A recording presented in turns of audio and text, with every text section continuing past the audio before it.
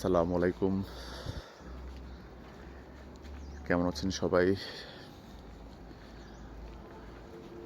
অনেকদিন পর আবার ভিডিওতে আসলাম। শীতের জরাজীর্ণ চারিদিক। আজকে তৈরি করব ভোরের বাজার পার্ট 4। শীতে এমন অবস্থা, মনে হচ্ছে যেন বৃষ্টি হয়েছে, আসলে কিন্তু বৃষ্টি না, কুয়াশাতে এই অবস্থা, ভিজে।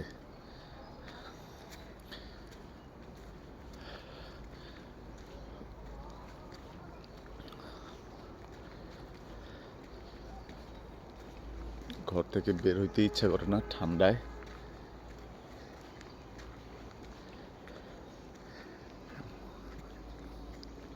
তারপরে তো মানুষ দেখা গেছে বের টের হয়, ওই যে পাশে মানুষ, খেতে মানুষ আছে। আমার প্রিয় জায়গাটা জোড়াতাল গাছ। তবে আজকে আর ওইদিকে যাব না। আজকে যাব হচ্ছে লাইভ প্রোডাকশনে। লাইভ প্রোডাকশন বাজার বলতে বোঝাচ্ছে হচ্ছে ডিম কিনতে যাব। আজকে ডিমের খামারে যাব, মুরগির খামারে যাব, যেখানে ডিম উৎপাদন হয়। এটা মুরগির খামার বলা যাবে না ডিমের খামার, যেটাই হোক।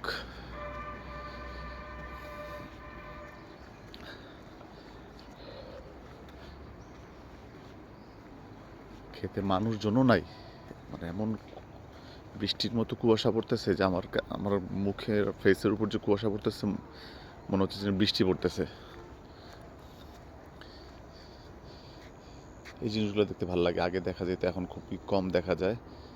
যে আলুর ক্ষেতের মধ্যে শাক লাগাই দেয়, ডাঁটার শাক বের হয়ে থাকে, দেখতে খুব ভালো লাগে। একটা পরিচিত সিন, এটা ছবি একটা পরিচিত। এই ফুলকপির ক্ষেত আপনাদের দেখাইছিলাম, ফুলকপি তোলা হয়ে গেছে, কিন্তু এই লোক ডাঁটা তুলে নেই। এটা মনে হয় বীজ করার জন্য রাখছে, ডাঁটাগুলো, ডাঁটার বীজ করবে। আমি প্রায় 2 উইকস পর আসলাম কুমিল্লাতে, তো এর মাঝখানে অনেক কিছুই চেঞ্জ হয়ে গেছে। লাস্ট যে ভোরের বাজার ভিডিওটা আপলোড দিয়েছিলাম, তার ওই দিনই চলে গিয়েছিলাম। আর তারপরে আসলাম গত পরশু দিন। একটু অসুস্থ থাকার কারণে, মানসিক অসুস্থ থাকার কারণে ঘর থেকে বের হই নেই। আমরা এখন চলে যাচ্ছি সৈয়দপুর থেকে একটু, সৈয়দপুরের আরেক দিকে। সচরাচর যেই পাশটায় যাই ভিডিও করি, যেই পাশটা, সেই পাশটা না।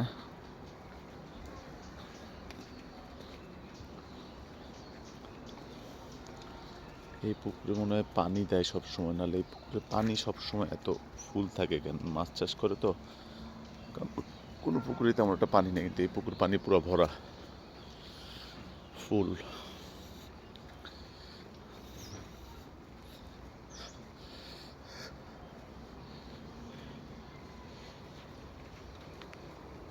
এটা হচ্ছে সেই রোডটা, দেখেন অবস্থা কি, মনে হয় যেন বৃষ্টি হয়েছে।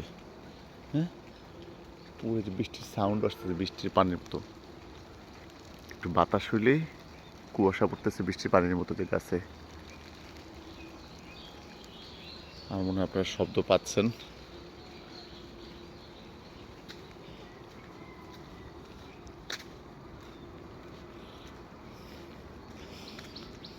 এই রোডটা দিয়ে আমরা এদিকে গেলে, যে এর আগে দেখাইছি, ওই যে মিষ্টি কিনতে যাই যে জায়গাটা, হচ্ছে কমলাপুর, আর হচ্ছে অলিপুরের দিকে যাওয়ার রাস্তা, কালীর বাজারের দিকে যাওয়ার রাস্তা। এই দিকে কোটবাড়িও যাওয়া যায়, কিন্তু আমরা এখন কোটবাড়ি যাব না, অলিপুর যাব না। আমরা যাব মুরগির খামারে, ডিমের খামারে।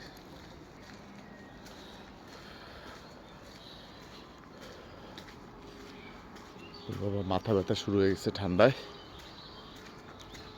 বয়স হয়ে যেতেছে, বুড়ো হয়ে গেছি মনে হচ্ছে।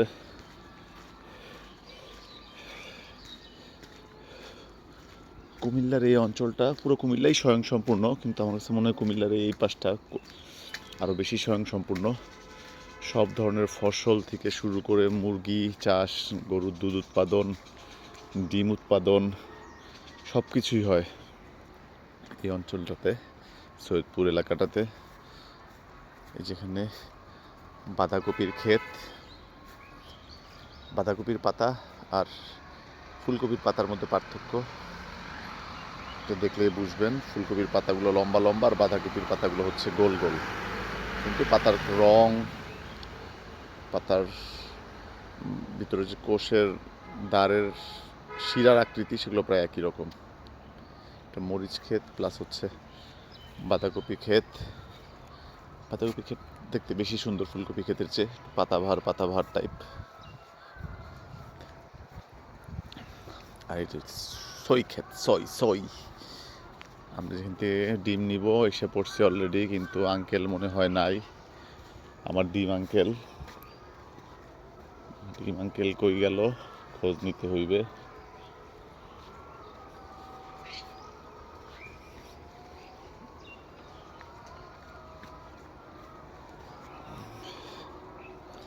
এই যে বিরাট বড় মুরগির খামার। আপনাদের নাকে গন্ধ লাগতেছে না, কিন্তু আমার নাকে লাগতেছে। এখান থেকে আমি ডিম নেই সব সময়। দোকান থেকে আর এখান থেকে ডিমের প্রাইস একই পড়ে আমাদের জন্য, কিন্তু এখান থেকে নেওয়ার সুবিধা হইতেছে এইখানে ডিমের সাইজগুলা বড় বড় সাইজের ডিম নেওয়া যায়। সেটা এখন দেখাবো আপনাদের। সেটা দেখানোর জন্য মূলত আসা, যে ডিম আসলে মূলত কত বড় হয়, স্পেশালি যারা কিনতে পারে তারাই পায়। ডিমের খামারের ডিমগুলো 3 ভাগ করে, ছোট, মিডিয়াম, বড়। বড়গুলো সাধারণত লোকাল মানুষজন নিতে পারে।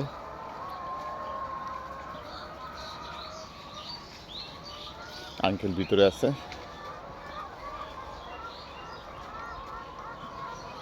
মুরগির খামারের আশপাশ দিয়ে গেলে আমার কাছে মানে জিনিসটা বলতে খারাপ, বাচ্চাদের স্কুলের মতো মনে হয়, পাঠশালা বা ছোটদের যে মাদ্রাসা ওই টাইপের, যেটা সবসময় কর করতে থাকে, তো মনে হয় পড়াশোনা করতেছে সবগুলা।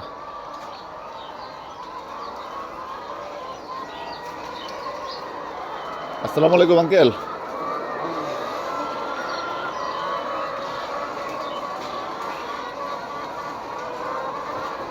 আঙ্কেল মুরগির পরিচর্যা করতেছে, দেখছেন এরা পড়াশোনা করতেছে। এই যে ডিমের খামারে মুরগির ডিম পেরে রেখে রাখছে, খাবে আর ডিম দিবে।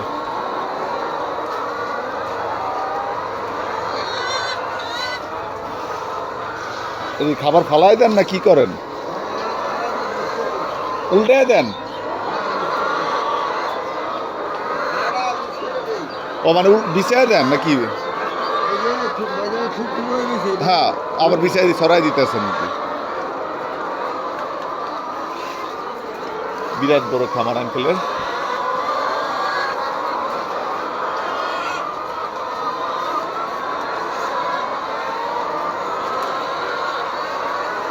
মুরগির খাবার এরকম উল্টায় দেওয়া লাগে, ছড়াই ছিটায় দেওয়া লাগে।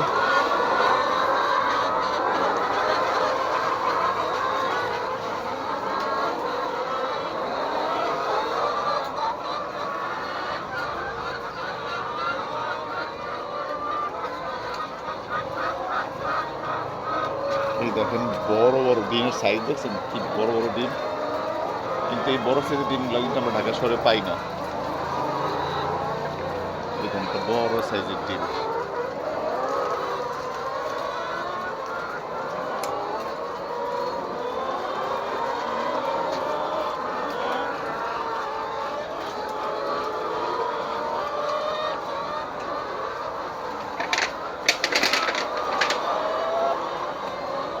এই যে মুরগির ডিম পেড়ে রেডি রাখছে রাত্রেবেলা, সকালবেলা এখন ডিম কালেকশন হবে। আসলে জিনিসটা বলাই ভাবে ঠিক না যে রাত্রেবেলা ডিম পেড়ে রেডি রাখছে, ওদের টাইম মতো ওরা ডিম পারে, রাত দিন নাই, কিন্তু প্রতিদিন একটা করে ডিম দেয় প্রায় মুরগিগুলো। যেখানে এখন ডিমের ঘরে যাব, সেখানে দেখাবো কীভাবে বড় ডিমগুলো কালেকশন করি আমরা। না, আজকে ডিমের ঘরে না, ডিম এখনো কালেকশন করেনি আঙ্কেল, তাই এখান থেকে একবারে ফ্রেশ ডিম কালেকশন করে দিতেছে, বড় বড় সাইজের ডিম।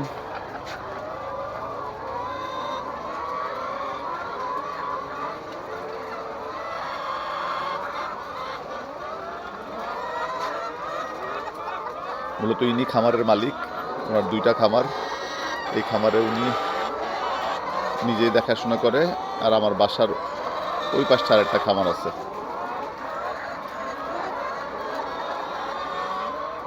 আঙ্কেল বাইছে বাইছে বড় বড় ডিমই দিতেছে আমাকে।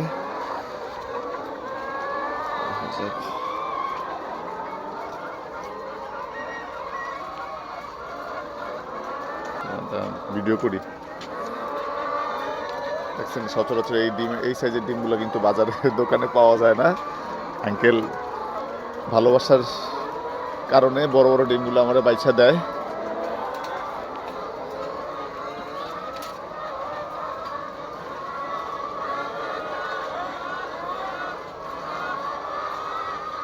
এমনি লয়ে দিতাম নাকি বাইন্দা দিতেন? এভাবে লয়ে যায় নাকি? ওকে, আজকের পর্ব এই পর্যন্তই। আল্লাহ হাফেজ। আঙ্কেল শেষ পর্যন্ত ডিম বাইধাই দিছে। ডিমের সাইজ, ডিমের ক্যারেট একটার সাথে আরেকটা, মানে ক্যারেট লাগে না, ফুল ক্যারেট মাথা লাগানো যায় না। যাক, ভিডিও আপলোড দেওয়াতে আলসেমি ধরে গেছিল, মনে করছিলাম আর মনে ভিডিও দেওয়াই হবে না, কিন্তু আপনাদের দোয়ায় আর একটা ভিডিও রেডি হয়ে গেল।